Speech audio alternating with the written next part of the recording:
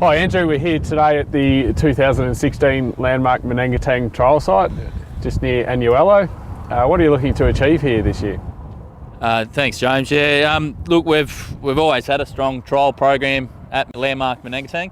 The last 2 years, I've looked at uniform on fertiliser applied in our trial site, and we've got growers using it fertiliser applied as well. This year, I've actually focused more on a use pattern. I've looked at where others are using it as well, and I decided to do our liquid injection of it and fertiliser applied, and have a few different use patterns and a few different application, having surface applied as well as underneath, as well as fertiliser applied. And we managed to do that this year by coming up with a bit of a new plan of how we were going to set out the trial site, with rather than having all 4 replicates behind each other, we'd have one, skip one, get into the next one, and then the trial site would be twice as long. So I think that's going to allow us, rather than just having demonstration strips, is to get good solid statistical data that we can use, as well as the good results we're getting on farm. So basically what it allows you to do is find the fit for a new product or a new registration in the local area here, and find out if there is a fit first, and then how to best use it for your growers.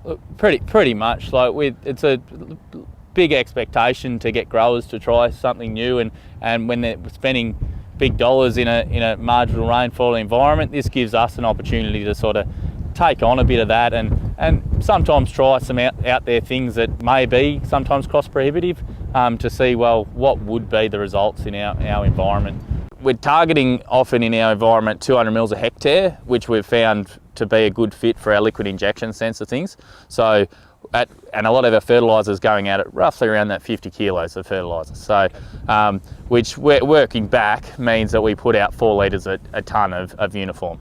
So doing 4 litres a tonne, 1 drum of uniform, did for quite a few growers, treat 2.5 tonnes of fertiliser, and got them to try it on a lot smaller scale than treating a truckload.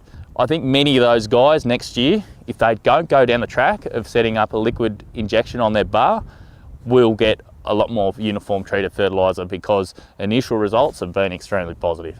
More root growth, more rhizo suppression, and spot form and net blotch suppression as well. It's looking really, really solid. It's all well and good to say that you can handle rhizo with good nutrition, good weed control, good rotation, but I think with not hitting it with a fungicide up front as well, I think it's a missed opportunity. I think we're essentially giving rhizo a free hit when we've actually got something to combat it in an integrated system.